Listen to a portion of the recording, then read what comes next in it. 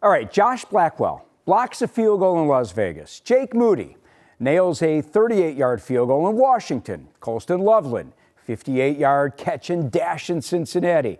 Caleb runs one in against the Giants. And now Cairo Santos for the win. How many more of these heart-pounding white knucklers can us fans handle, right? I'm excited to bring in our next guest. We worked together a couple of times, watch parties. Bears fans watch this guy for 16 seasons, the always dependable long snapper, captain, great teammate. Pat Mannelly joins us. How are you, Pat? I'm good, Lou. I think the city's doing great, too. I know it's been a little, we're checking our blood pressure with these wins, but hey, man, we're 7-3. Can't beat it. Can't beat it. No, you can't. No, you can't. It feels good, doesn't it? Really appreciate the time. I listened to you on The Score along with Mully and Olin. You guys do a terrific job on the pre- and post-game shows. Pat, you played 16 years in the NFL, all for the Bears. Were you ever part of a team that had 5 finishes in its first 10 games, quite like the Bears have had? Not that I can remember. You know, I just go back. I think everybody remembers back to the 2001 year where we had the back-to-back wins with the Mike Brown walk-offs. But the way they're winning right now, it's unbelievable. It's that belief. They keep talking about that belief. And I think this young team, the way they're winning right now, it will carry them in the future. I don't think they're ready for Super Bowl aspirations or anything like that. But there's a young core, and you win like this, you get belief, and you get into situations like this in the future. It's really going to help them out. Wow, that's interesting you said that. I want to talk about the 2001 team in a second, but hear me through. Bears ran 19 more offensive plays than the Vikings, had the football almost 14 more minutes, finished +2 in turnover margin. Minnesota converted only 3 of 11 on third down, and J.J. McCarthy was terrible till that final drive that Minnesota put together. Why did we need another white knuckler? How is it that the Bears still were able to pull that game out? Well, I mean, you talk about special teams, man. They did it at the end. They pulled it out at the end. But earlier they gave up a 43-yard punt return that set them up for a score. Cairo Santos missed a 45-yard field goal that would have put them up 19-10. That kind of would have put them out of, to put the kind of the game away. That's why I think it got the way it did. But, credit to the special teams to come through in the end with that big kick return and the field goal. All right, you touched on the 2001 Bears. You also played on that 2004 team, 2005 team that went to the Super Bowl, 2010 Bears that were the last team to win a playoff game. I want you to take us back.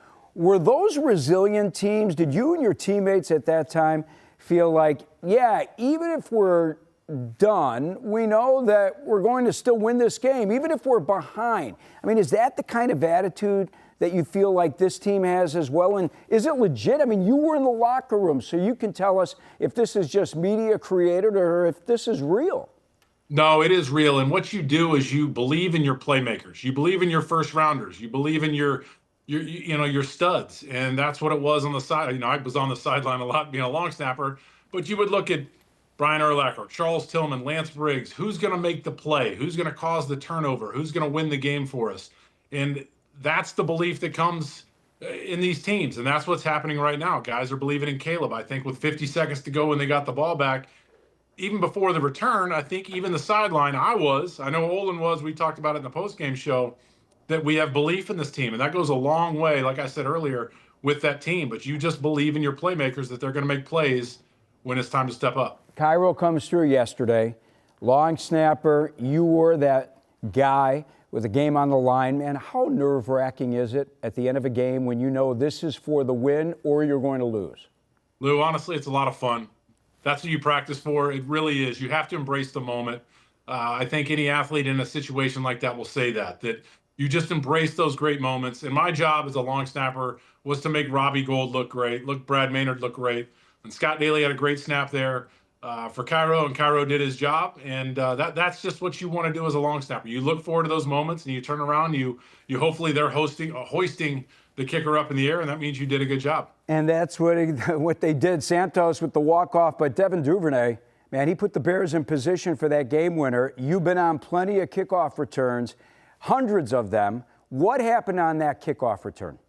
Yeah, I got to give credit to Coach Hightower. He did a great job with that. Earlier in the game, the one Josh Blackwell almost broke. It was a counter where Josh got the return and broke to the left. It looked like to me that Minnesota kept just over pursuing kicks, so he was running these counters, and I think he saw that and said, listen, let's go to our best kick return. He did. They kicked the ball to Devin Duvernay, so it looked like a check with me, like you hear about quarterbacks checking at the line. Yeah. So it's a check with me where the kick goes. So if it's going to the left, the kick returns left, they're going to run counter to the right. And they blocked it up great. Devin Duvernay hit it perfect. And Coach Hightower made a great call. So it was all that worked into one, and it worked out and set up a game-winning field goal. Hightower kept saying he knew he was close to breaking one. It happened. Kevin Byard said this team still hasn't developed that killer instinct yet. Can they keep winning if they just don't have it? It's hard to sustain. We've been saying this for weeks, right, Lou? You just don't see it, but they're doing it. I think there is room for improvement. So I don't think they can continue winning like this, but I love what Ben Johnson is preaching, that their best ball is going to be in December. And there is room for improvement. So you stack these wins now, and if their best ball is in December, we'll see what happens. Maybe we're not just talking about getting into the playoffs. Maybe we're talking about what seed they are in the playoffs. I'm talking higher seed, so we'll see what happens. But I don't know if they can sustain this, but they keep pulling it out for us. That would be unbelievable. I was just talking with Danny Parkins about the Bears being in the number 3 seed as we speak today.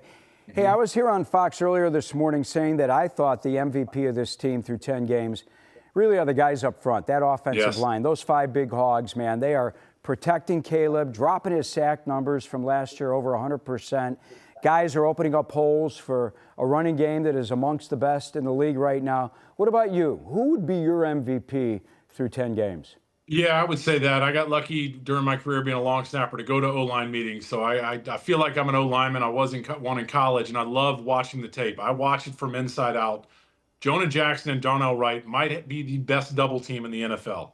Whoever that 3 technique is each week going against them looks at that tape and says, oh, blank, I've got a long day in front of me. And this O-line is playing great. They've done a nice job with Caleb protection-wise. And, yes, Caleb has been Houdini. But, it's a combination of him being Houdini and the protection up front of why the sacks are down. But the run game, Ben Johnson's committed to it.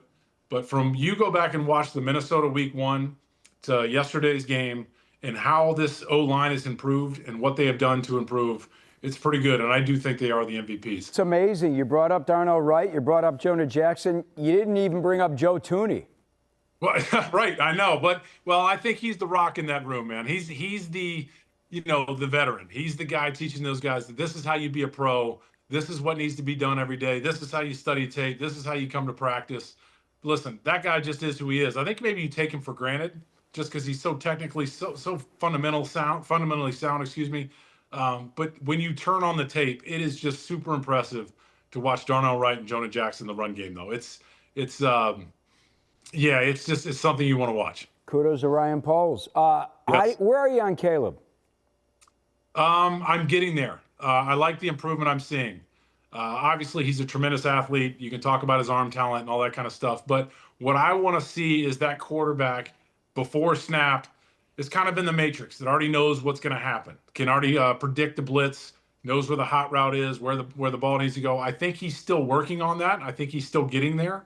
And we've seen improvement in other areas. I think that's the last part to come. And I think he can get there. And once he does, I think we have something really special here in Chicago. Man, I can't wait. For all the torture Aaron Rodgers put you through on the field and me through as a fan and now media guy, I hope he's playing on Sunday. It appears as though may not happen with the wrist injury. If it's Mason Rudolph or whoever at quarterback, Bears just need to win another game, right?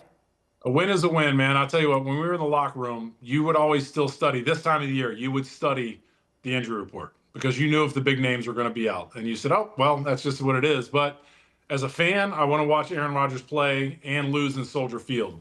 But if you get to the 8th win without him, and that makes it a lot easier, I'm okay with that as well. Hey, Pat, Lions lost yesterday. Packers pulled one out in New York against the Giants, almost didn't. Where do the Bears fit in the division in the NFC North? They're in first place, obviously, but I still think Detroit has the most talent. They've been there before. They understand how it's done. I feel like we're the younger Detroit, and we're learning how to do this. I still do think Detroit is the team to beat, but Chicago and what they're doing is impressive. And I also think that with the injuries we have on the defensive backfield, if Jalen Johnson and Kyler Gordon can come back, watch out.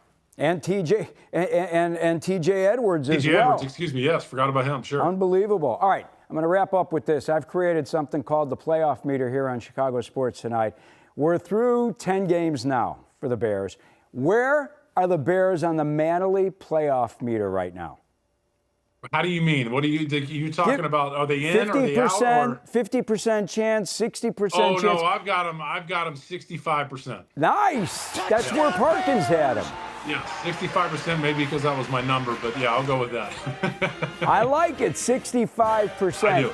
Hey, Patrick, thanks for the time. I know you're a busy man. Great work on the score. We will keep listening to you and Olin and Mully all season long. Thanks, buddy.